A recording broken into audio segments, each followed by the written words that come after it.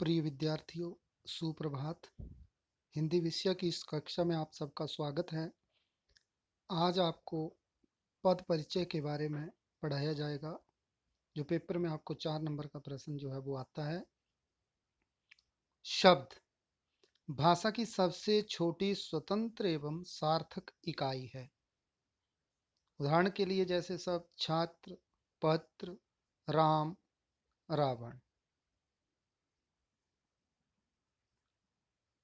पद शब्द जब वाक्य में प्रयुक्त होते हैं तो पद बन जाते हैं। ऐसे जो हैं वो स्वतंत्र रूप से लिखने पर जो है वो शब्द कहलाते हैं, और जब वह वाक्य में प्रयुक्त हो जाते हैं तो वे शब्द जो हैं वो पद बन जाते हैं। पद परिचय पदों के विषय में विस्तार से जानना या इनका व्याकरणिक परिचय देना ही पद परिचय कहलाता है। कि पदों को जो है वो विस्तार से जानना और व्याकरण की दृष्टि से इनका परिचय देना। सभी शब्द या तो विकारी होते हैं या अविकारी।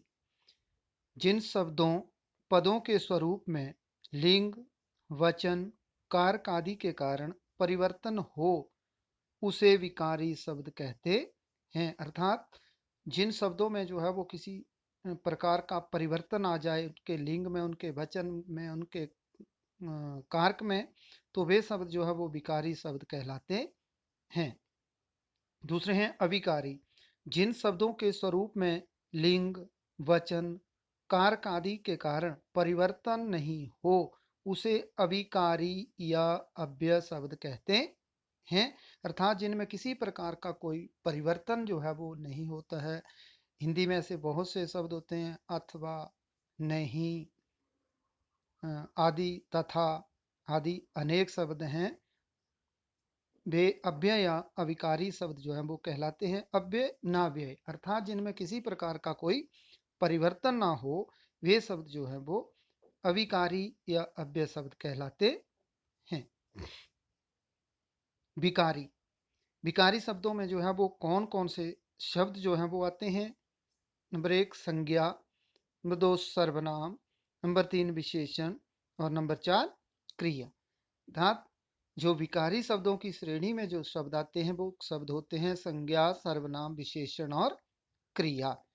अविकारी शब्द इस श्रेणी में जो शब्द आते हैं वो होते हैं क्रिया विशेषण, संबंध बोधक, समुचय बोधक, विस्मयादि बोधक। अर्थात ये दो प्रकार के जो है वो शब्द होते हैं। एक होते हैं विकारी, एक अविकारी। विकारी में आ गए संज्ञा, सर्वनाम, विशेषण और क्रिया।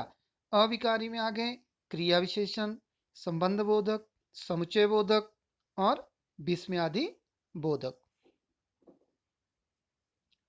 उसके बाद वाक्यों में आने वाले पदों का व्याकरण की दृष्टि से परिचय देना पद परिचय कहलाता है।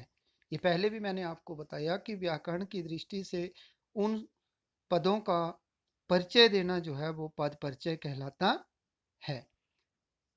तो वहां पर सबसे पहले शब्द जो है वो आता है संज्ञा। किसी व्यक्ति, वस्तु, स्थान, जाति अथवा भाव आदि के नाम को संज्ञा कहते हैं। हमें जो है वो पता होना चाहिए कि संज्ञा क्या होती है, उसके बारे में। कि किसी व्यक्ति का नाम आ गया, वस्तु का नाम आ गया, किसी जगह का नाम आ गया, जाति का नाम आ गया या भाव का नाम आए, वे शब्द जो है वो संज्ञा कहलाते हैं। जब उस संज्ञा शब्द का आप परिचय देंगे तो वहां पर संज्ञा का पद परिचय करते समय निम्न बातें स्पष्ट की जाती हैं। अर्थात जो संज्ञा शब्द जो है वो जब आपको आएगा तो वहां पर आपने उस संज्ञा शब्द का जब परिचय देना है तो उसके बीच में आपको किन किन बातों का जो है वो ध्यान रखना चाहिए, वो आपको बताया जा रहा है। संज्ञा शब्द में जब संज्ञा शब्द का आप परिचय देंगे तो संज्ञा, तो वहां पर लिख देंगे संज्ञा, संज्ञा भेद। संज्ञा के भेद व्यक्तिवाचक संज्ञा, जातिवाचक संज्ञा, भाववाचक संज्ञा। कि इनमें से संज्ञा शब्द तो हैं, लेकिन वो कौन सी संज्ञा है? क्या वो व्यक्तिवाचक संज्ञा है, जातिवाचक संज्ञा है या भाववाचक संज्ञा है? उसके बाद उस शब्द का जो संज्ञा शब्द है वो लिंग बताना है उसमें कि कौन सा लिंग है, वो पुल्लिंग का है या स्त्रीलिंग का है, दोनों में से एक कौन सा है। उसके बाद वचन कि वो शब्द जो है वो एक वचन का है कि बहुवचन का है। हिंदी में दो ही वचन होते हैं, एक वचन और बहुवचन, तो वहां पर आप बताएंगे उस शब्द को कि वह शब्द जो है वो एक वचन का है या बहुवचन का। कारक, उसके बीच में यदि साथ में कोई चिन्ह लगा हुआ है तो आप उसके बीच में बता सकते हैं कि कर्ता कारक है, कर्म है, करण, संप्रदान, अपादान, संबंध, अधिकरण या संबोधन। संबंध, पद का क्रिया और अन्य पदों के साथ जो है वो क्या संबंध है। उदाहरण, सीता व धवन 10वीं कक्षा में पढ़ते हैं। अब इस वाक्य के बीच में ऐसे ही आपको पेपर के बीच में वाक्य आएगा, तो यहाँ पर देखिए सीता व धवन, तो यहाँ पर जो रेखांकित पद हैं वो जैसे सीता को रेखांकित किया है और धवन को रेखांकित किया है, मानो इन दोनों शब्दों का आपने परिचय देना है। तो सीता शब्द, अब ऐसे आप लिखेंगे पेपर में सीता। अब सीता शब्द जो है वो संज्ञा में हमने पढ़ा कि किसी व्यक्ति वस्तु, तो सीता शब्द जो है वो संज्ञा है। कौन सी संज्ञा है? नाम है तो व्यक्तिवाचक संज्ञा है, और उसमें लिंग बताना है कौन सा, तो सीता जो है वो स्त्रीलिंग है और सीता अकेली है तो एक वचन है, और पढ़ते हैं क्रिया की क्या है? करता है। उसी प्रकार धवन, धवन जो है वो भी क्या है? संज्ञा शब्द है और व्यक्तिवाचक संज्ञा है। लिंग कौन सा है? पुल्लिंग और एक वचन। तो ऐसे आप इसका जो है वो पेपर के बीच में परिचय देंगे। दो इसके मैंने संज्ञा शब्दों के पदों के दो उदाहरण जो है बताए हैं। यदि पेपर में ऐसा संज्ञा से संबंधित कोई शब्द आ रहा है तो आप उसका परिचय जो है, स्त्रीलिंग वाला तो ऐसे संज्ञा, व्यक्तिवाचक संज्ञा, स्त्रीलिंग, एक वचन, पढ़ते हैं क्रिया का कर्ता, और धवन का भी संज्ञा, व्यक्तिवाचक, पुल्लिंग, एक वचन, पढ़ते हैं क्रिया का कर्ता। उसके बाद आगे कुछ उदाहरण हैं। वह आम खाता है। अब देखिए आम शब्द जो है वो यहाँ पर लिखा हुआ है, तो किसी व्यक्ति वस्तु संज्ञा शब्द है ये भी, तो यहाँ पर लिख दिए। विकारी भी आप लोग लिख सकते हैं कि विकारी शब्द है, संज्ञा है। कौन सी संज्ञा है? जातिवाचक संज्ञा। आम अनेक प्रकार के होते हैं, आम अकेला है तो इसलिए यहाँ पर एक वचन है, पुल्लिंग है, कर्म कारक है, खाता है क्रिया का कर्म।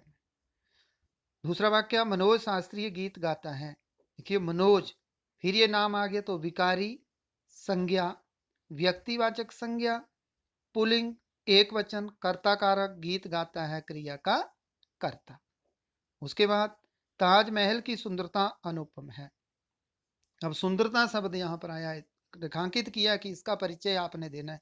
तो देखिए विकारी, संज्ञा, कौन सी संज्ञा? सुंदरता, भाववाचक संज्ञा, और सुंदरता शब्द को पढ़ने से ही पता लगता कि वो शब्द पुल्लिंग का है, स्त्रीलिंग का है या नपुंसकलिंग। तो सुंदरता स्त्रीलिंग में इसका आएगा एक वचन और कर्म कारक। तो ये केवल आज आपको पद परिचय में संज्ञा शब्दों के बारे में बताया गया, तो इसे आपने ध्यान पूर्वक देखना है और इन शब्दों को जो है वो समझने की कोशिश करनी है कि संज्ञा की श्रेणी में जो है वो कौन कौन से शब्द आते हैं और उनका हमने परिचय जो है वो किस प्रकार देना है। ये इसके जो है वो उदाहरण दिए गए हैं, इस प्रकार आप परिचय देंगे।